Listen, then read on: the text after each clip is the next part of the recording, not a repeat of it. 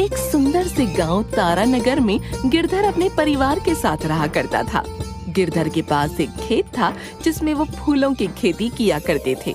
अरे क्या हुआ भाग्यवान, आज तुम्हारा चेहरा इन फूलों की तरह खिला हुआ है, आखिर बात क्या है? कुछ नहीं जी, इस बार हमारे खेत में बहुत ही बड़े बड़े फूल लगे हुए हैं। लगता है इस बार हमें अच्छा मुनाफा होने वाला है। तुम ठीक कहती हो भाग्यवान, और दिवाली भी आने वाली है। इस बार हम फूलों की माला बनाकर बेचेंगे, जिससे हमारा मुनाफा 2 गुना हो जाएगा। वो दोनों आपस में बात कर ही रहे थे कि तभी वहाँ उनका बेटा जुगनू खाना लेकर आ जाता है।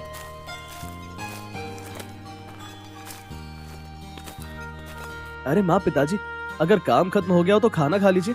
आज मैंने अपने हाथों से आप दोनों के लिए खीर पूरी बनाई है। अरे वाह, हमारा बेटा अब खाना बनाना भी सीख गया। ये तो बड़ी ही अच्छी बात है। और फिर वो तीनों एक बरगद के पेड़ के नीचे खाना खाने के लिए बैठ जाते हैं। अरे वाह जुगनू, तूने तो बड़ी ही स्वादिष्ट खीर पूरी बनाई है। इसे खाकर तो मजा ही आ गया। धन्यवाद माँ। अच्छा पिताजी, दिवाली आ रही है तो दिवाली के ऊपर एक बढ़िया सा चुटकुला सुना दीजिए। आज मेरा चुटकुला सुनने का बहुत ही ज्यादा मन कर रहा है। एक बार कालिया चाचा शराब के नशे में जा रहे थे, तभी हमारे जुगनू ने कालिया चाचा को बीड़ी की जगह बीड़ी बम दे दिया।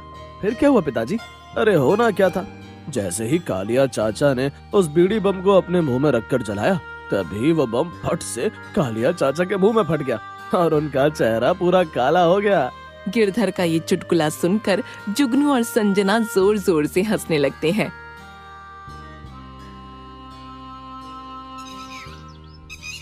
ऐसे ही वो हंसी ठिठोली करते हुए खाना खाने लगते हैं और शाम को खेत का सारा काम खत्म करके वो तीनों अपने घर आ जाते हैं।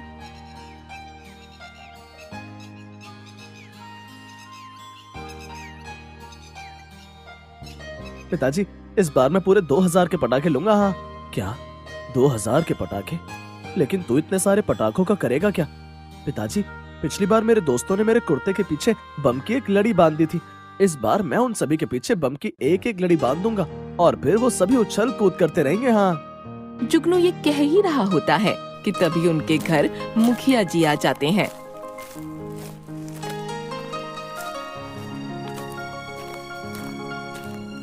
अरे मुखिया जी, इस वक्त यहाँ? अरे आप वहाँ क्यों खड़े? आइए, अंदर आइए। गिरधर, तुम तो जानते हो कि 10 दिन बाद दिवाली है। मैंने देखा है कि तुम्हारे खेत में बहुत बड़े बड़े फूल लगे हुए हैं और मैं चाहता हूँ कि तुम इस दिवाली पर मेरे घर को उन फूलों से सजाओ। ठीक है मुखिया जी, हम आपके घर को दिवाली पर फूलों से सजा देंगे। ये लो, कुछ पैसे एडवांस रख लो, तुम्हारे काम आएंगे। तो ठीक है गिरधर, अब मैं चलता हूँ, तुम दिवाली पर मेरे घर को सजाने के लिए आ जाना। इतना कहकर मुखिया गिरधर को कुछ पैसे एडवांस देकर वहाँ से चला जाता है। क्या हुआ जी? ये मुखिया जी हमारे घर क्यों आए थे? भाग्यवान, मुखिया जी ने कहा है कि इस दिवाली पर हम उनके घर को फूलों से सजा दें और उन्होंने हमें कुछ पैसे एडवांस भी दिए हैं। अरे वाह, ये तो बड़ी ही अच्छी खबर है। ऐसे ही रात हो जाती है और वो तीनों अपने कमरे में सोने के लिए चले जाते हैं।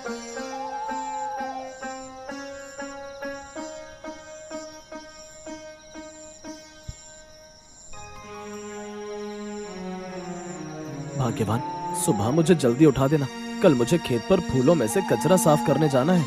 ठीक है जी, आप निश्चिंत होकर सो जाइए, मैं आपको सुबह जल्दी उठा दूंगी।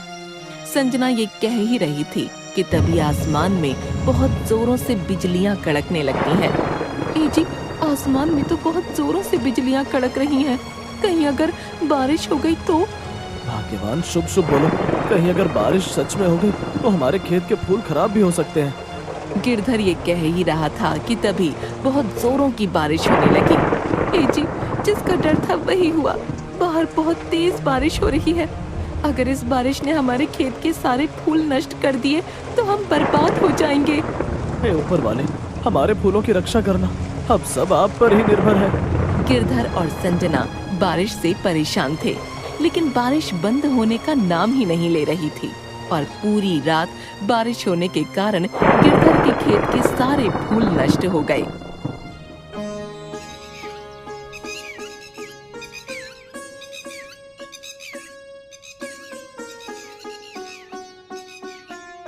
हे भगवान, हमने कौन से पाप किए थे जो हमारे साथ इतना बुरा हो गया। अब हम क्या करें? ए जी, चुप हो जाइए, अब हम कुछ नहीं कर सकते। जो होना था सो हो गया। शायद हमारे नसीब में यही लिखा था। चलिए अब घर चलते हैं। और फिर वो दोनों उदास मन से अपने घर लौट आए।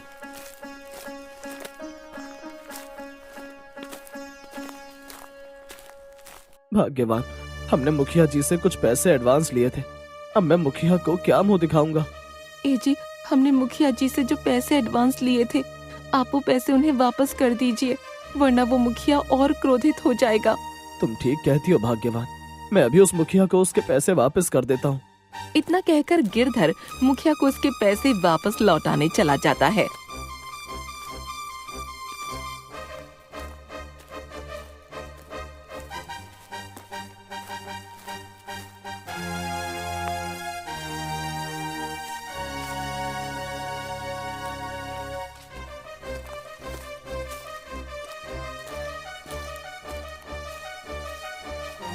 अरे अरे, वो देखो फूलों का राजा गिरधर आ रहा है। पहले तो बहुत फुदक रहा था, लेकिन बेचारे के सारे फूल बारिश के कारण नष्ट हो गए। हाँ। अरे भाई, लगता है गिरधर के फूलों को बारिश की नजर लग गई। रमेश और सुरेश गिरधर से बहुत ज्यादा चला करते थे, इसी कारण वो उसका मजाक उड़ाने लगते हैं। लेकिन गिरधर उनकी बातों को अनसुना करके चुपचाप वहाँ से चला जाता है। अरे आओ गिरधर आओ, कैसा चल रहा है तुम्हारा फूलों का काम? अब तो तुम्हारे फूल और भी बड़े हो चुके होंगे। नहीं मुखिया जी, कल रात ज्यादा बारिश होने के कारण मेरे खेत के सारे फूल नष्ट हो गए, और आपने जो पैसे मुझे एडवांस दिए थे, मैं उसको वापस लौटाने आया हूँ। अरे ये तो तुम्हारे साथ बहुत ही बुरा हुआ, लेकिन गिरधर तुम चिंता मत करो, तुम ऊपर वाले पर विश्वास रखो, वो सब ठीक करेगा। और फिर गिरधर मुखिया को पैसे देकर अपने घर आ जाता है।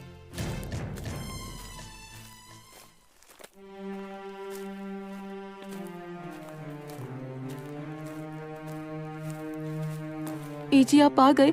देखिए ना, हमारा जुगनू कुछ भी नहीं खा पी रहा, बस चुपचाप एक कोने में बैठा हुआ है। आप इससे कहिए ना कि ये कुछ खा ले। अरे जुगनू, तू ऐसे उदास क्यों बैठा है? आखिर बात क्या है? पिताजी, मैंने सोचा था कि मैं इस बार 2000 के पटाखे लाऊंगा, लेकिन इस बारिश ने हमारे खेत के सारे फूल नष्ट कर दिए। पिताजी, अब पटाखे लाने के लिए हमारे पास पैसे कहाँ से आएंगे? अरे तो इसमें निराश होने वाली क्या बात है? मैं तुझसे वादा करता हूँ कि मैं तुझे बहुत सारे पटाखे दिलाऊंगा। क्या सच में पिताजी? हाँ मेरे बच्चे, चल अब जल्दी से खाना खा ले। मैंने जुगनू से कह तो दिया मैं उसे बहुत सारे पटाखे दिलाऊंगा, लेकिन मेरे पास तो बिल्कुल भी पैसे नहीं है। हे ऊपर वाले, हमारी रक्षा करना।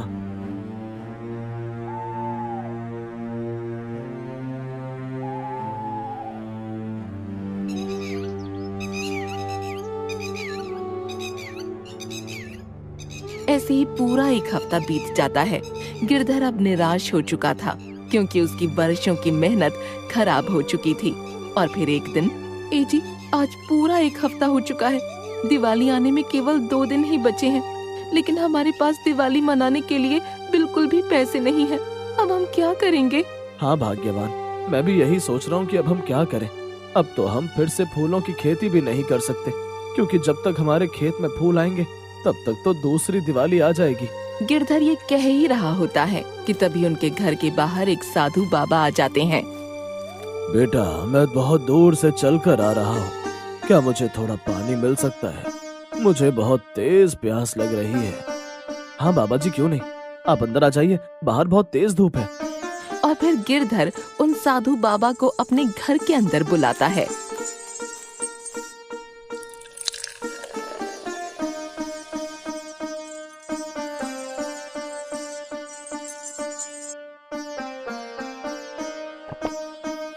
बेटा, तुम्हारा बहुत बहुत शुक्रिया। तुमने मुझे पानी पिलाकर मुझ पे बहुत बड़ा उपकार किया है। ये आप कैसी बातें कर रहे हैं बाबा जी? प्यासे को पानी पिलाना तो बड़ा ही पुण्य का काम होता है। बेटा, तुम दोनों बड़े ही उदास दिखाई पड़ते हो। घर में सब ठीक तो है ना? बाबा जी, हमारा एक खेत है जिसमें हम हर साल फूलों की खेती किया करते थे, लेकिन इस बार ज्यादा बारिश होने के कारण हमारे खेत के सारे फूल नष्ट हो गए।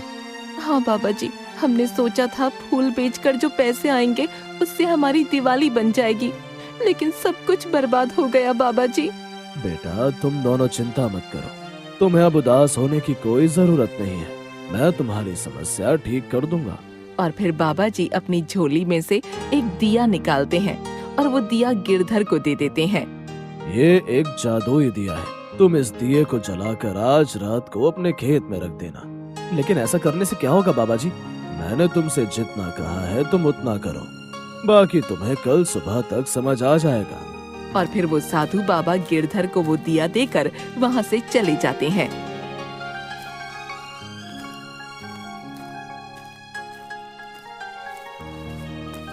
ए जी, इस दिए को जलाने से क्या होगा?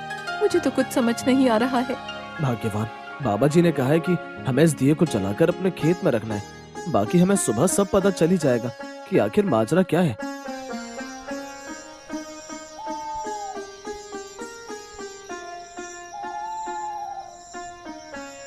रात को गिरधर उस दिए को जलाकर अपने खेत की ओर जाने लगता है।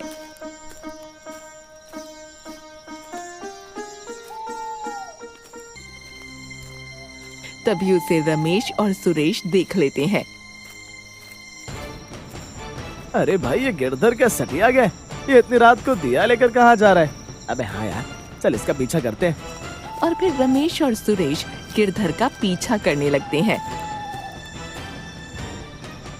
बाबा जी के अनुसार मैंने ये दिया अपने खेत में तो रख दिया, अब मुझे सुबह तक का इंतजार करना होगा। इतना कहकर गिरधर उस दिए को खेत में रखकर अपने घर आ जाता है। अरे भाई, गिरधर यहाँ से गया, चल अब इस दिए के पास जाकर देखते हैं कि आखिर माजरा क्या है। जैसे ही रमेश उस दिए को उठाने की कोशिश करता है, तभी उसे बहुत तेज बिजली का झटका लगता है और वो जमीन पर गिर पड़ता है। अरे मोरी मैया रे, हाय माँ मर गया रे, मेरी तो कमर ही टूट गई। अबे क्या हुआ, तू जमीन पर कैसे गिर गया? अरे भाई पता नहीं, जैसे ही मैंने इस दिए को उठाने की कोशिश की तभी मुझे बहुत जोरों का करंट लग गया। क्या सच में? तू यहीं रुक, मैं इस दिए को उठाने की कोशिश करता हूँ। जब सुरेश ने उस दिए को उठाने की कोशिश की तो उसे भी रमेश की तरह बहुत जोरों का करंट लगा और वो भी जमीन पर गिर पड़ा। आई माँ मर गया रे, मेरा शरीर में तो 40 वॉट का करंट लग गया। अबे भाई, मुझे तो ऐसा लगता है कि ये गिरधर जादू टोना जानता है। हाँ भाई, हमें जल्दी यहाँ से निकलना होगा, वरना आज तो हमारी कयामत आ जाएगी। और फिर वो दोनों दुम दबाकर वहाँ से भाग जाते हैं।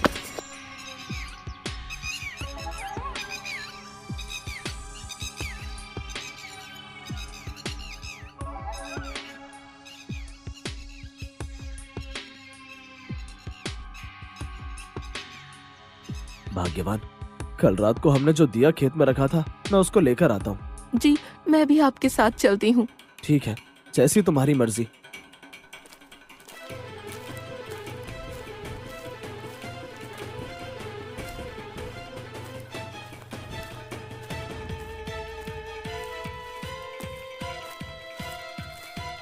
जैसे ही गिरधर और संजना अपने खेत पहुँचे कि तभी उनकी आंखें फटी की फटी रह गईं। भाग्यवान, हमारे खेत में इतने सारे गेंदे के फूल कहाँ से आए? ये तो सोने पर सुहागा हो गया। हाँ जी, मुझे तो ऐसा लगता है कि कल रात आपने जो जादुई दिया इस खेत में रखा था, ये सब उसी के कारण हुआ है। हाँ भाग्यवान, ये सब उन साधु बाबा के कारण ही संभव हो सका है। अगर वो हमें वो जादुई दिया न देते तो ये सब मुमकिन ना होता। ए जी, कल दिवाली है, हम कल सारे फूल तोड़ लेंगे और उनकी माला बनाकर बाजार में बेचेंगे। हाँ भाग्यवान, तुम सही कह रही हो। हे ऊपर वाले, तेरा लाख लाख शुक्रिया। अगले दिन गिरधर और संजना खेत के सारे फूल तोड़ लेते हैं और उन सभी फूलों को लेकर बाजार पहुंच जाते हैं। माला ले लो, ताजे ताजे फूलों की माला ले लो। अरे भाई, कितने रुपए की दी है माला है? भैया जी, एक माला सिर्फ 20 रुपए की है।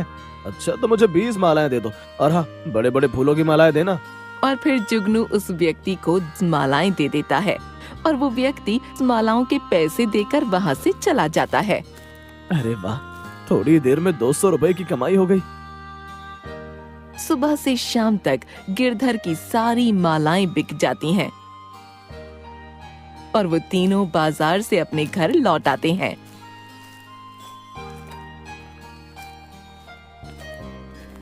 ए जी, आज तो हमारी बहुत ही अच्छी कमाई हुई है।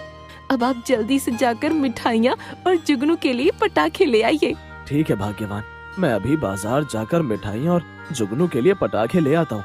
इतना कहकर गिरधर मिठाइयाँ और पटाखे लेने बाजार चला जाता है और संजना और जुगनू अपने घर को सजाने में लग जाते हैं।